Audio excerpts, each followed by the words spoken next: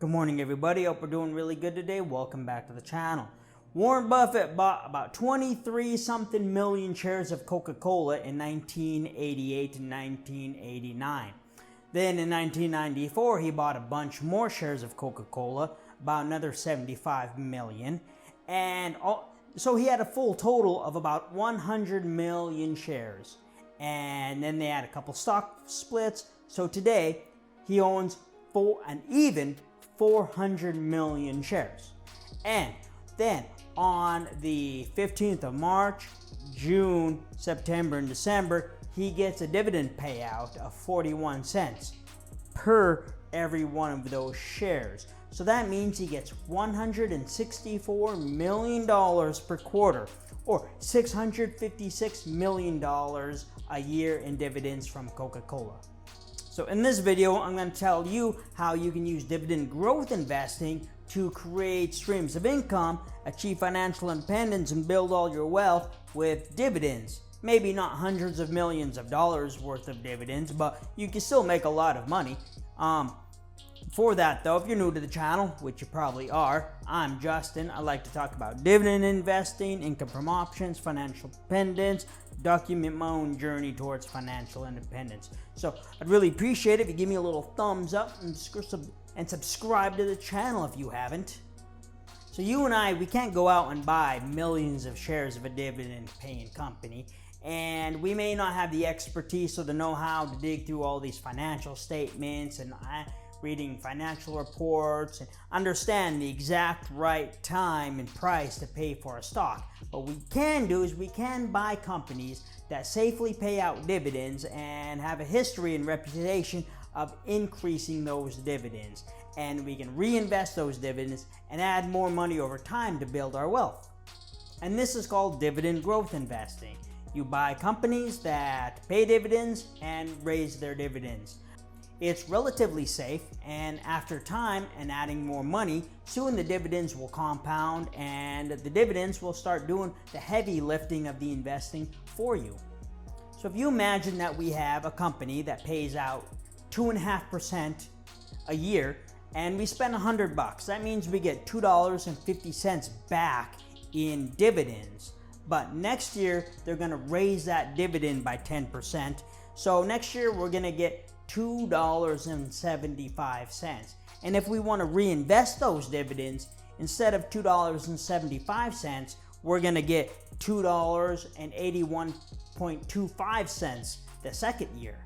And we continue doing that, and that's how Warren Buffett, went along to get $656 million this year. Wait a minute, did you just jump from $2.50 to $656 million? You need to slow down. Okay, I'll slow down and back up a little bit. Back to the $2.50 a year.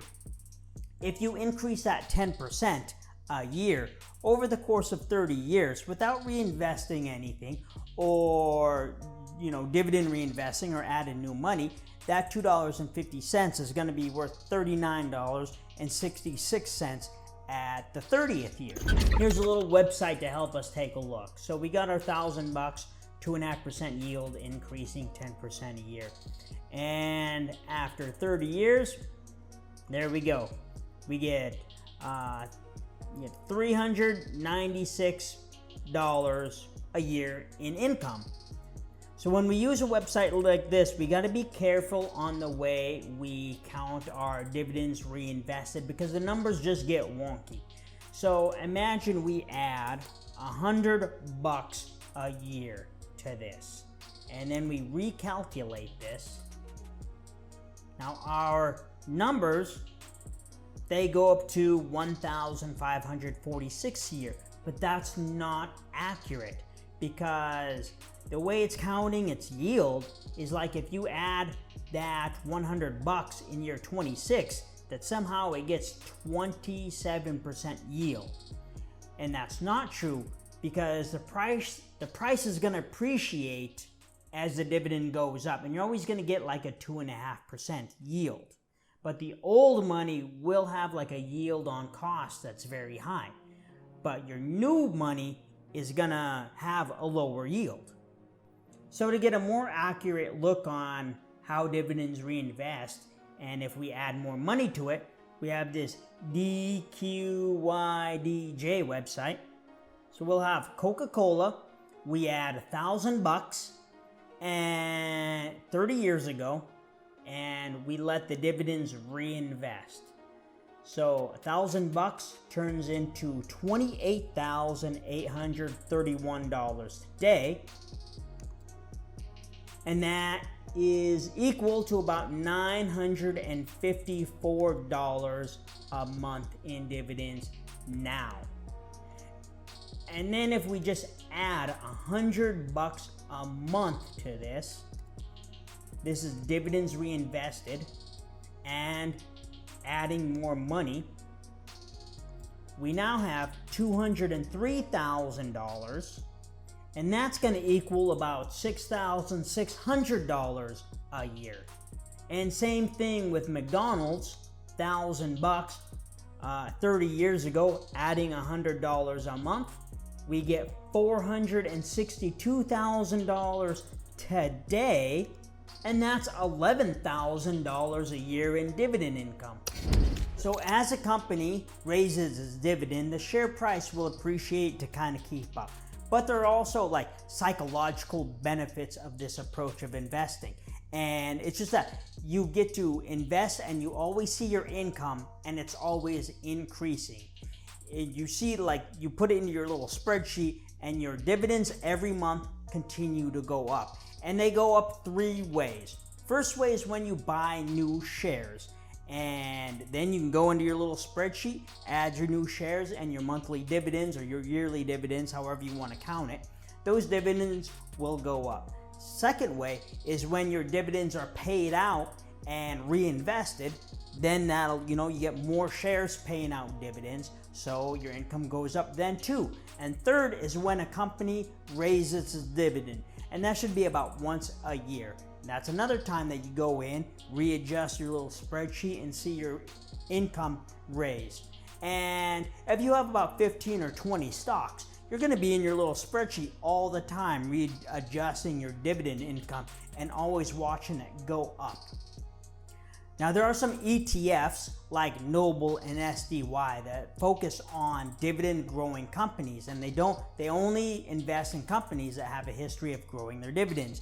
But they also don't have the same psychological benefit of seeing the dividends rise every month. For one, they're ETF, so they're only going to pay out once a quarter instead of like a portfolio where you might be getting a dividend payment once a week. And then another one is they have to rebalance. So they're going to sell off some of their winners and reinvest that into some underperforming companies. So you might sell a higher yielding company and reinvest that money into a lower yielding company, and that dividend payment from the ETF may be lower one month than another. But over time, there should be a trend where the dividend payment is going up over time. It just won't be more every single month. Few things to look for when choosing a dividend paying company is a yield that is too high. Anything over, say 5% could be a red flag that there's something wrong with the company, because the stock price may have fallen and something wrong where maybe the dividend is not sustainable. And you may need to make a choice between dividends now and dividends later. Something like Visa has a very tiny little yield of 0.61%, but it does have a low payout ratio and it's growing that dividend by 20% a year. Very small yield now and you're going to get very little money, but in 20 or 30 years, that could be a lot of money if it can continue raising its dividend over 30 years. You see, Visa has a very low payout ratio, so has plenty of room where it can continue to raise that dividend at that 20% rate for a long time. And then there's the dividend history, how long it's been raising its dividend. Companies take a lot of pride in being a dividend aristocrat or a dividend king, and they know people count on that dividend. They know that the investors rely on this income, in retirement and the pensions and stuff like that.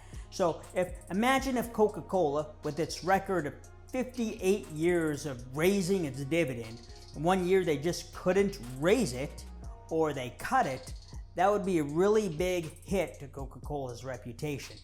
And they're going to run their operation, they're going to run the company in a way that protects that dividend growth. But it's not as simple as that. You find another good company like Home Depot, it says it's only been raising its dividend for 12 years. But if you look in the history, it's been paying a dividend for a long time.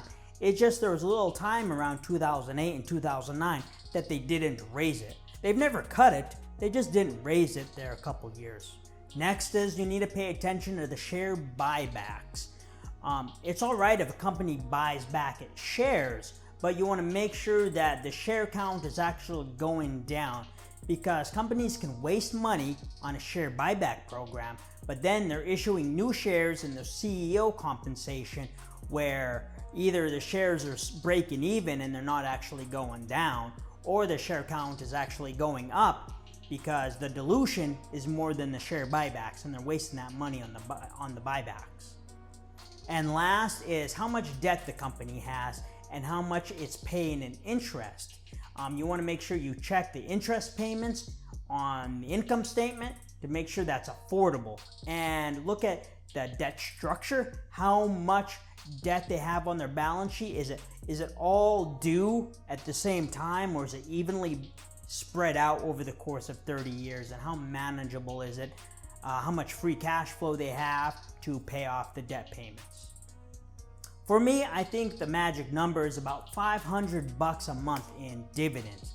That way, after you get there, you don't actually have to put any more money into it.